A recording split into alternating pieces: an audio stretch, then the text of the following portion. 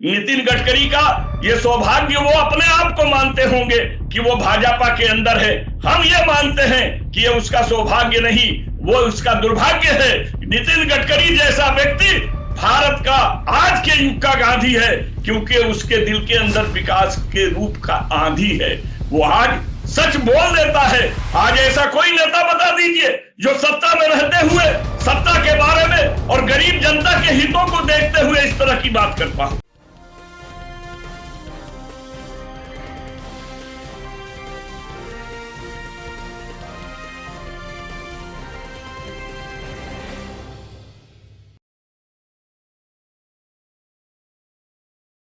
Hello, नमस्कार, आदाब, सत श्री अकाल और अस्सलाम वालेकुम। मैं हूं मोहम्मद अहमद काज़मी, लेकर आया हूं आपका पसंदीदा कार्यक्रम आपके रूबरू।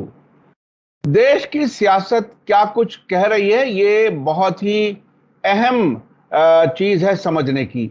भारतीय जनता पार्टी में भी सब कुछ ठीक नहीं है। क्या कुछ हो रहा है, वहां पार्लियामेंट्री बोर्ड से कई अहम चेहरों को हटा दिया गया है। उसके आगे क्या कुछ होने वाला है, क्या मोदी जी के और शाह के दिमाग में क्या कुछ चल रहा है, ये ऐसा लगता है कोई नहीं पढ़ पाएगा, क्योंकि पार्टी के अंदर भी एक तरह से बेचैनी के आसार नजर आ रहे हैं। पिछले दिनों हमने जब बात की थी बीजेपी के अंदर क्या कुछ हो रहा है, इस पर हमने बात की थी शब्बीर अहमद विद्रोही साहब से नागपुर में। आज भी हम उनसे बात कर रहे हैं और ये समझने की कोशिश करेंगे कि आखिर नागपुर में क्या कुछ हालात हैं, क्योंकि नितिन गडकरी का ताल्लुक नागपुर से है और वहीं आरएसएस का हेडक्वार्टर है। आखिर वहां क्या कुछ हो रहा है, क्या कुछ इम्कान है, आरएसएस किस तरह से रिएक्ट करेगी या नहीं करेगी, ये भी हम समझने की कोशिश करेंगे। हालांकि आरएसएस के का एक ऑडियो सोशल मीडिया पे आप लोगों ने सुना होगा। किसी ने फोन करके पूछा आरएसएस का मकसद क्या है, तो वो जवाब देने का से उन्होंने एक तरह से इनकार किया। लिख करके भेज दो, हम बता देंगे। बिल्कुल इस तरह से जैसे वहां बहुत सी चीजें छुपाई जाती हैं। इसके अलावा बिल्किस बानो के जो गुनाहगार थे, उन्हें सबको छोड़ दिया गया है गुजरात में बीजेपी के सरकार में, जो मोदी जी का होम स्टेट है। उस पर भी बात करेंगे और उस पर रिएक्शन बहुत आ रहा है दुनिया भर से। उसको समझने की कोशिश करेंगे कि आखिर अदालतों पर कितना भरोसा किया जाए। शब्बीर अहमद विद्रोही साहब, वेलकम है आपका। मीडिया स्टार वर्ल्ड को आपने वक्त दिया। आप ये बताइए कि आप नागपुर में हैं और नागपुर के एक कद्दावर नेता के बारे में बीजेपी ने एक बड़ा फैसला किया है।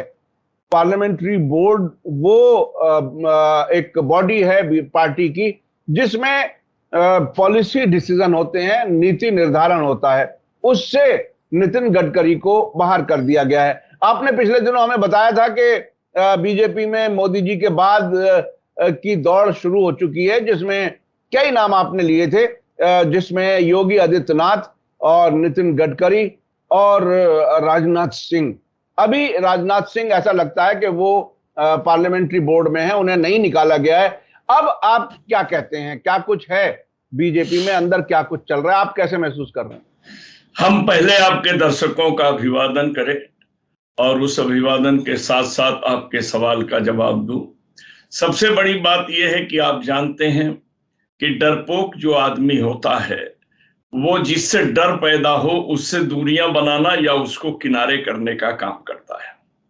भारत की राजनीति में आप ये नोट कर लीजिएगा कि देश के अंदर सबसे डरपोक आदमी इस देश का प्रधानमंत्री बना हुआ है। अब उसको आप कहेंगे कि भाई वो तो बड़ा दिलेर है, 56 इंच की छाती है, फलाना है, ढमाका है, और आप डरपोक कहते हैं। हम डरपोक इस बात से कहते हैं कि जो समाजवाद में, जो लोकतंत्र में भरोसा न रख करके एक तंत्र पर चलना चाहता हो, जो अपने मर्जी से चलाना चाहता हो, उसको तानाशाह कहते हैं। और तानाशाह बहादुर नहीं होता है, वो डरपोक होता है। क्योंकि जो सबकी सहमति से, सबकी राय से और देश के विकास को लेकर के चलने की भावनाओं को अगर लेकर नहीं चलता है, इसका मतलब वो ये जानता है कि अगर हम राय लेंगे तो हमसे अच्छी राय देने वाला जो है वो चर्चित हो जाएगा और हम उस कुर्सी से वंचित हो जाएंगे जिस कुर्सी पर बैठे हुए हैं। आज नितिन गडकरी के बारे में आपने पूछा। नितिन गडकरी के माता पिता से लेकर नितिन गडकरी पैदाइशी आरएसएस के थे। लेकिन नितिन गडकरी के अंदर एक बहुत अच्छी चीज वो शुरू से था, और हमको लगता है कि वो किसान घर का बेटा था। कोई एजुकेशन, मतलब एजुकेशन में ऐसा था जहां कि हर मजहब के लोग पढ़ाई करते थे। उसके अंदर एक मानवता की भावना शुरू से रही। आप उठाइए, कहीं भी जाइए, गूगल में ढूंढ लीजिए, आज तक उसने किसी धर्म विशेष के बारे में गलत नहीं बोला, और न किसी मंदिर मस्जिद के झगड़े पर उसने बात बोला। उसने अपनी आइडियोलॉजी के जरिए काम किया, वो सेवा की भावनाओं से लोगों को जोड़ने का काम किया। आरएसएस के विचारधारा को उसने प्रचारित किया होगा, क्योंकि हम तो उस आदमी से 84 से जानते हैं, और 84 से हम लोग एक जगह बैठते उठते थे, बात की बात थी, तो हमने कभी उसके अंदर इस तरह की भावनाओं को नहीं देखा। मैं आपको एक बात बड़ा साफ कह दूं काजमी साहब, कि नितिन गडकरी ने अब किनारे होने का रास्ता खुद चुना है। आप पूछेंगे कि ये भी अजीब बात है, उसको निकाला गया और आप कहते हैं खुद चुना है। मैं इसलिए कह रहा हूं कि जब किसी आदमी के खिलाफ आप बोलने लगे और वो आदमी लोकतांत्रिक न होकर के तानाशाह हो, तो अगर आप उसके खिलाफ बोल रहे हैं तो वो आपको किनारे करेगा कि नहीं करेगा? जब आपने 4 ऐसी बातें आपने कह दी जो सीधे उसके तरफ गया। एक बार आपने वो कह दिया, वो जवाहरलाल नेहरू का 15 अगस्त में देखिए नाम नहीं लिया, सबका नाम लिया, यहां तक कि सावरकर का नाम ले लिया, लेकिन बाकी नाम नहीं लिया। आपने कह दिया कि जवाहरलाल नेहरू ने भी देश को दिया। ये बात नितिन गडकरी ने कहा।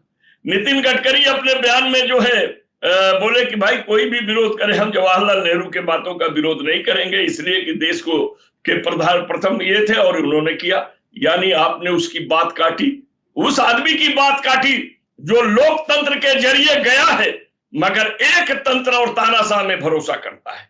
फिर आपने एक दिन ये भी कह दिया, जिसके लिए आपको मालूम है कि उन्हें बुलाया गया था और उनसे इसकी सफाई पूछी गई थी, जिसमें उन्होंने कहा कि लोकतंत्र को जीवित रखने के लिए विपक्ष का मजबूत होना भी जरूरी है। जहां एक तरफ पार्टी आपकी कह रही है कि हम विपक्ष मुक्ति जो है भारत बना देंगे, आपका नड्डा जाकर पटना में कहता है कि लोकल कोई पार्टियां नहीं रहेंगी, जो भी रहेगी वो क्या नाम है कि भाजपा रहेगी। आप एक तरफ कहते हैं कि हम कांग्रेस मुक्त भारत देना चाहते हैं, तो वहां पर नितिन गडकरी जैसा व्यक्ति ये कहता है कि लोकतंत्र को मजबूत रखने के लिए, सत्ता के सही उपयोग के लिए विपक्ष का मजबूत होना जरूरी है। आपने फिर उसी तानाशाह के विचारधारा का विरोध किया। इसी तरह से आपने एक दिन और आपने कह दिया कि सत्ता का मतलब जो है, राजनीति का मतलब जो हो समाज का सेवा, देश की सेवा, देश की विकास होता है। केवल सत्ता पर बैठे रहना ये लोकतंत्र का रास्ता नहीं, ये राजनीति का रास्ता नहीं, ये आपने बोल दिया। जहां की आपकी तैयारी एक चुनाव के बाद दूसरी तैयारी हो जाती है कि अगला चुनाव कैसे जीतना है, और उसका कहना है कि हमें जीतना जो है षड्यंत्र से नहीं है, सेवा से जीतना है। और अगर हम सेवा भाव से काम करके जनता को अपना बना लेंगे तो जनता जात पात धर्म भेद हर चीज से ऊपर उठ करके उस व्यक्ति का आदर करती है, जो व्यक्ति देश के विकास के लिए और समाज में प्रेम और सद्भावना को जीवित रखने का कार्य करता है, उस व्यक्ति का पूरा भारत सम्मान करता है। आपने वहां भी विरोध कर दिया। अब आप जब विरोध ही करते चले हैं तो कौन आपको रखेगा, इसलिए उन्हें यहां से निष्कासित कर दिया गया। और आपको एक बात बता दूं कि नितिन गडकरी भाजपा से अगर चुनाव लड़ता है नागपुर में तो वो कम वोट पाता है। अगर वो आजाद कैंडिडेट बन करके चुनाव लड़े तो मेरा मानना है कि जितना भाजपा का कैंडिडेट बन करके वो वोट पाता है, उसके 1.5 गुना वोट पाए। क्योंकि बहुत से लोग ऐसे हैं जो भाजपा को वोट देना पसंद नहीं करते हैं, लेकिन नितिन गडकरी का आदर करते हैं, नितिन गडकरी का सम्मान करते हैं। उसमें से एक मैं भी हूं, मैं बड़ा साफ बोलता हूं, उसमें से मैं भी हूं। मैं आज तक भाजपा को वोट नहीं दे सका और न दूंगा, लेकिन नितिन गडकरी अगर व्यक्तिगत रूप से आजाद कैंडिडेट के हैसियत से खड़ा हो तो मैं उसका काम भी कर सकता हूं और मुझे उसे वोट भी दे सकता हूं। आप पूछेंगे क्यों? हम इसलिए कि अगर देश से आपको प्यार है तो ऐसे व्यक्ति का समर्थन करना पड़ेगा जो व्यक्ति देश में विकास की लहर लाना चाहता हो, जो किसान मजदूर और दबे कुचले तबके के उत्थान के बारे में सोचता हो। हमारा मानना यह है कि जात पात न पूछे कोई, हरि के भजे सो हरि के होई। ये जात पात कोई चीज नहीं है। जो विकास के रास्ते पर चल रहा हो, वो चाहे किसी जगह हो, हीरा अगर कीचड़ में भी है तो निकाल कर साफ कर देना चाहिए। नितिन गडकरी का ये सौभाग्य वो अपने आप को मानते होंगे कि वो भाजपा के अंदर है।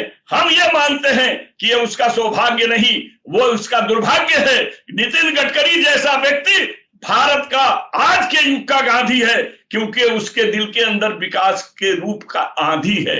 वो आज सच बोल देता है। आज ऐसा कोई नेता बता दीजिए जो सत्ता में रहते हुए सत्ता के बारे में और गरीब जनता के हितों को देखते हुए इस तरह की बात करता हो। हमें व्यक्ति विशेष मैं नहीं हूं, लेकिन जिस व्यक्ति के विचारधारा देश में विकास के लिए हो, समाज में जुड़ाव के लिए हो, और जो मानव में भेद न समझता हो, ऐसे व्यक्ति के पीछे खड़ा होना पड़ेगा इस युग में, जिस युग में लोगों को लड़ा करके अपना उल्लू सीधा करना चाहते हो। वहां इस विचारधारा का अगर व्यक्ति है जो सबको लेकर चलना चाहता है और देश को महान बनाने की विचारधारा को रखता है, ऐसे समय में ऐसे व्यक्तियों को अगर हम प्रोत्साहित नहीं करेंगे तो देश में तानाशाह का युग चलेगा। और एक व्यक्ति जिस तरह से चाहेगा देश की जनता को भेड़ बनाकर हाँकने का काम करेगा। और इसलिए हमारी देश की जनता जागरूक होए और ये जाने। और मैं आपको दावा करता हूं, जो मैंने आपसे कहा था कि प्रधानमंत्री के बाद कौन, ये दूसरे नंबर पर थे। इस देश में 14 में यही आदमी प्रधानमंत्री बनता, लेकिन हाँ 14 में जी 14 में नितिन गडकरी प्रधानमंत्री बनता। अगर पूर्ण बहुमत नहीं आई होती तो पूर्ण बहुमत आने, क्योंकि ये वो व्यक्ति है जिसे हर पार्टी के नेता सम्मान देते हैं। आप देख लीजिए पार्लियामेंट में हर पार्टी के नेताओं ने इसका अभिनंदन किया, इसके कार्यों का अभिनंदन किया, चाहे वो किसी दल के रहे हों। तो जहां समर्थन देने की बात आती तो ये पहला व्यक्ति था जिसे नीतीश भी समर्थन देते, लालू भी समर्थन देते, मुलायम भी समर्थन देते, हमारे नेता शरद चंद्र जी पवार साहब भी समर्थन देते, और नितिन गडकरी 2014 में देश का प्रधानमंत्री होता। लेकिन ये तो दुर्भाग्य था कि पूर्ण बहुमत आई, और पूर्ण बहुमत आने के वजह से इनकी मनमानी चालू हो गई। अभी आप जानते हैं, एक बात का थोड़ा सा समय आपका और ले लेता हूं। बताइए। देखिए, कहीं शब्दों की चीज होती है और शब्दों पर ध्यान दीजिएगा। महात्मा गांधी को किसने मारा? नाथू। मौ को मारा किसने? नौ ने। समझिएगा। अब मनमोहन को भी हराया किसने? न ने, नरेंद्र मोदी ने। देश की आजादी के तरफ चलिए, आपको ले चलता हूं। गुलामी से निकलने की लड़ाई थी तो गुजरात के गौ गांधी ने शुरू किया था। अब इस देश की नैतिकता को बचाने की लड़ाई है, अब इस देश के लोकतंत्र को बचाने की लड़ाई है। इसलिए 9 से 9 को लड़ना पड़ेगा। गुलामी से गांधी को लड़ना पड़ा था और गुजरात से लड़ना पड़ा था, लेकिन आंदोलन वो बिहार से शुरू किए थे। आज नरेंद्र मोदी के तानाशाही रवैये से अगर लड़ना है, नैतिकता को जिंदा रखना है, तो 9 यानी नितिन गडकरी को ही खुद सामने आना पड़ेगा, और 9 यानी नागपुर से इस लड़ाई को शुरू करनी पड़ेगी। तब जाकर इस देश के राजनीति की नैतिकता बचेगी। वरना इस देश की नैतिकता, मानवता, सामाजिकता ये समापन के रास्ते पर जा रहा है। और इसी दुख को देखते हुए नितिन गडकरी ने अपने किसी भाषण में कहा कि अब राजनीति छोड़ देने का दिल कर रहा है। अच्छा शब्बीर साहब, ये बताइए कि आप नागपुर में हैं और ये भी कहा जाता है कि नितिन गडकरी नागपुर बार बार जाते थे, यानी आरएसएस के लीडर्स से मिलते थे। शायद मोदी जी को ये पसंद नहीं था। क्या आपको लगता है कि आरएसएस मोदी से नाराज चल रही है, या मोदी आरएसएस को ओवर पावर करना चाहते हैं? क्या कुछ है आरएसएस और मोदी के बीच में कोई टकराव है? क्योंकि मुझे याद है कि एक बार उन्होंने कहा था कि आप छोड़िए, मैं अपने आप अपनी एक पार्टी बनाऊंगा, जीत जाऊंगा। वो एक बात कही थी। तो क्या अब आरएसएस और मोदी वाली बीजेपी के बीच में कहीं कोई टकराव आपको नजर आ रहा है? देखिए, मोदी एक ऐसा व्यक्ति है जो एहसान फरामोश है। वो कभी किसी का एहसान नहीं मानता है। 2 पूंजीपतियों का एहसान मान रहा हो तो बात अलग है। आप बताइए, कि अटल जी के जमाने में इस आदमी की वकालत किसने किया है? आपको पता है, आडवाणी जी ने किया। वो आडवाणी का पैर छूने के बहाने पैर खींच के गिरा दिया। यही नहीं, वह भाजपा के राष्ट्रीय बुनियाद को मजबूत करने का काम 2010 से 2013 तक नितिन गडकरी ने किया, और दोबारा अध्यक्ष न बने उससे पूर्ति के मामले में फंसा करके उससे इस्तीफा लेने का काम किया गया। आरएसएस के बल पर ये सरकार में आ गए, पर अब ये देखते हैं कि आरएसएस को अगर हम ढोते रहेंगे तो हमसे चले जा। आज आप देखिएगा इसमें, तो उनको लगता है कि आरएसएस से दलित नाराज हैं, दूसरे नाराज है। मुसलमानों के बारे में तो अब लोग सोचना बंद कर दिए हैं। उसको उनको मालूम है कि ये मुसलमानों के, आज अगर ये सोचना बंद नहीं की होती भाजपा, तो आप खुद बता दीजिए कि ना उसके मंत्रिमंडल में कोई मुसलमान है, ना उसकी राष्ट्रीय कार्यकारिणी में कोई मुसलमान है, ना उसके और कहीं पर है, तो बता दीजिए। जी जी जी, नहीं है। तो मुसलमान के बारे में तो सोचना बंद कर दिया है भाजपा ने, लेकिन अब दलित के बारे में सोच रही है, और वो भी आरएसएस से। ये आपने जो कहा ना, ये अंदर अंदर इनके चल रहे हैं। आरएसएस इसलिए जवाब नहीं दे रही है, आपसे लिखित मांग रही है, लिखित देने को बोल रही है, आप उससे फोन पर किसी किस्म की प्रतिक्रिया मांगिए नहीं दे रही है, समझ लीजिएगा। तो उसमें एक अलग चीज है। अभी एक दिन हमारे एक आरएसएस के नेता मिले, मैं बोला भाई 15 अगस्त को आप लोगों ने झंडा तो फहरा दिया भाई, इसके लिए धन्यवाद। और आपने क्या बोला? देखिए, झंडा बांटना और झंडा फहराने में अंतर होता है। ये हम लोग डीपी पे नहीं लगाए, फलाने जगह नहीं लगाए। चलिए, देश की आजादी के हिस्से में हम भी आ जाते हैं। और अब तो हमारे सावरकर जी 15 अगस्त के स्टेज से उनका नाम लिया जा रहा है, तो फिर हम क्यों दूर जाएं? तो ये भी एक तरह की चीजें हैं। अब इसमें एक बात और सामने आती है भैया, कि आरएसएस जो है वो मोदी को हटाने के फेवर में है। लेकिन आपने एक सवाल किया कि आपके नितिन गडकरी जी जाते हैं तो मिलने जाते हैं। ऐसा नहीं है। नितिन गडकरी जाते होंगे तो हमें क्या खबर, हम 24 घंटा उनके गेट पर तो रहते नहीं हैं।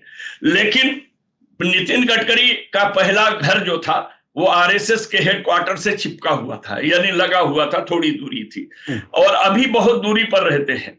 और आजकल आने जाने का तो कोई सवाल नहीं है। ऐसे ऐसे मीडिया बन गए हैं कि घर बैठे सबसे बातचीत कर लीजिए।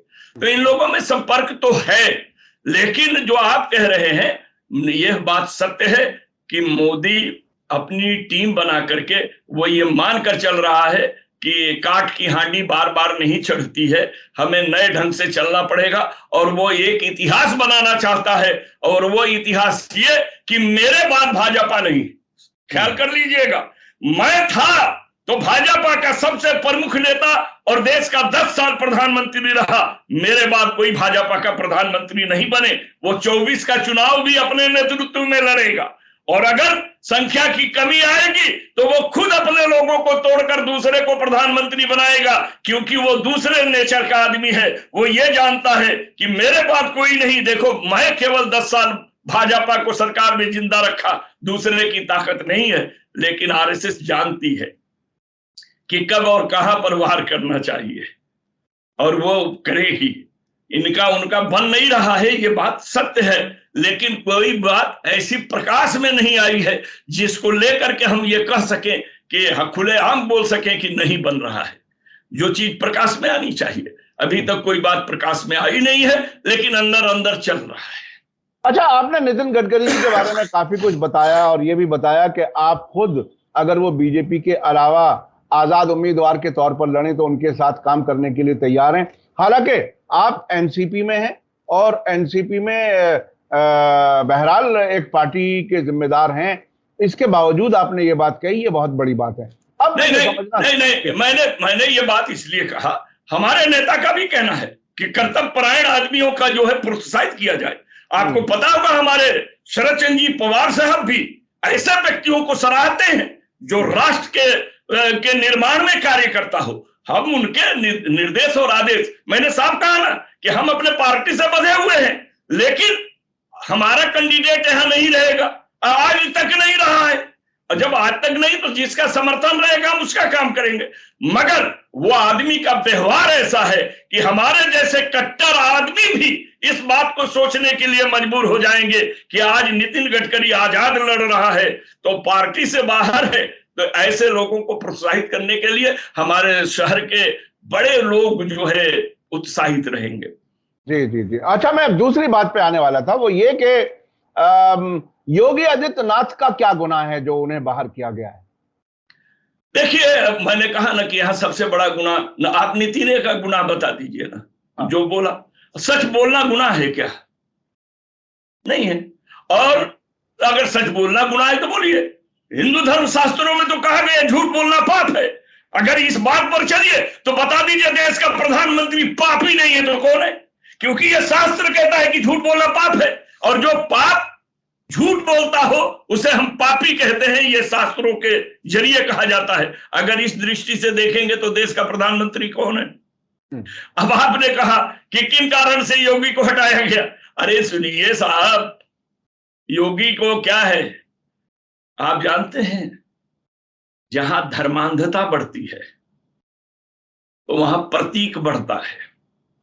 योगी के मन में कितना धर्म है कोई नहीं जानता, लेकिन वस्त्र तो धर्म का है, वस्त्र तो भगवा है, वस्त्र कुर्सी पर चादर तो भगवा है।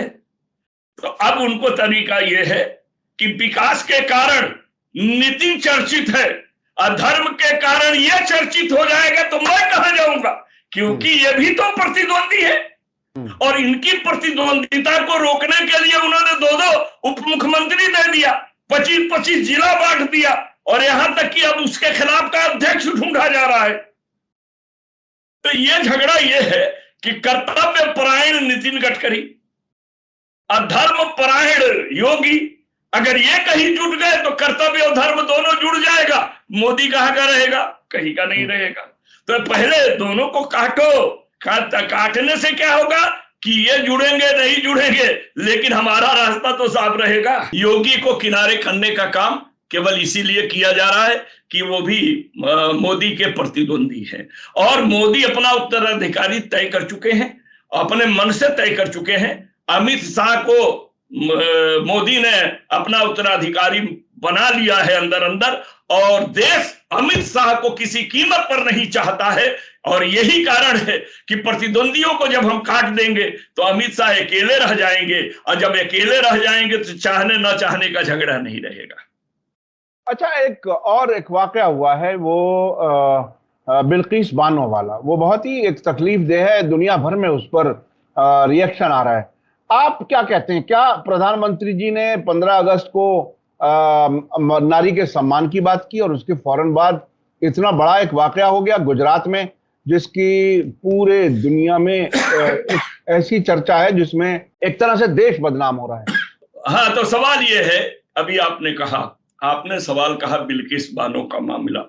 पहली बात तो देखिए, एक व्यक्ति सुप्रीम कोर्ट गया था माफी के लिए। सुप्रीम कोर्ट ने कहा कि वापस जाओ और एक याचिका बना के लाओ। 11 में 12 मुजरिम थे, एक मर गया, 11 भी छोड़े गए। और आपका सबसे बड़ा सवाल जलवंत क्या है कि एक तरफ प्रधानमंत्री कहते हैं कि नारी को सम्मान दिया जाए, और एक तरफ ये कहते हैं भारतीय संविधान की धाराओं के अंतर्गत माफ करने की जो योजनाएं हैं उनमें क्लियर कट लिखा हुआ है कि हत्यारा और बलात्कारी, ध्यान दीजिएगा, बलात्कारी और हत्यारा को इस तरह की माफी नहीं दी जा सकती। उसके बाद भी माफी दी गई। और 15 अगस्त, यानी देखिए, ये 2 संदेश इतना बड़ा दे दिया मोदी जी ने।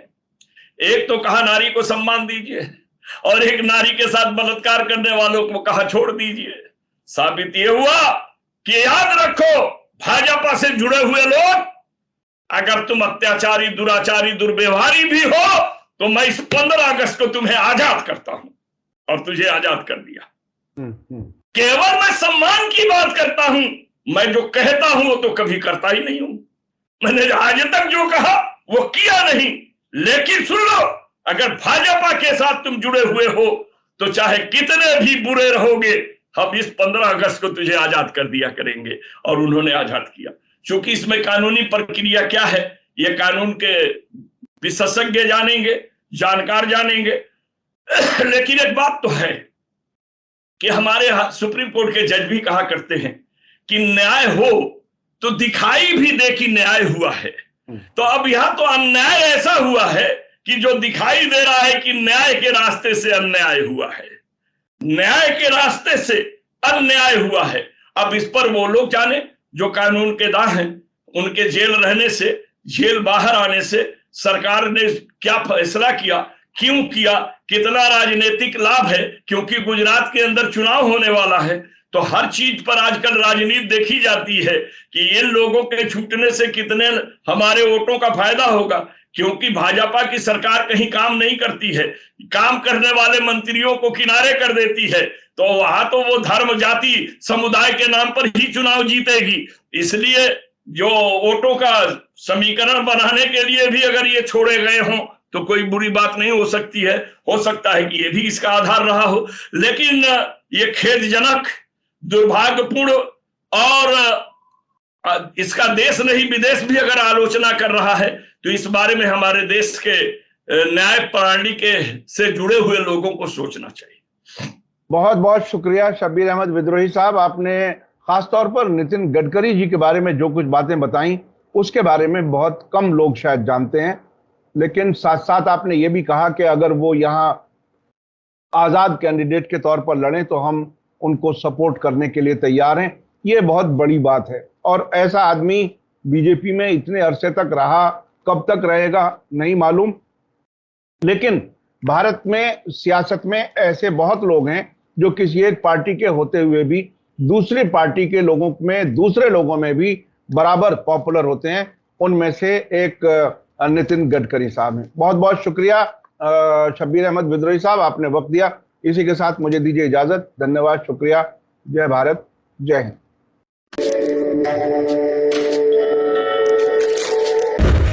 मीडिया स्टार वर्ल्ड के और वीडियो देखने के लिए हमारे चैनल को सब्सक्राइब करें और सीधे नोटिफिकेशन पाने के लिए बेल आइकन दबाएं। और अगर हमारी खबर सच्ची और अच्छी लगे तो अपने व्हाट्सएप, इंस्टाग्राम, फेसबुक और ट्विटर अकाउंट पर जरूर शेयर करें।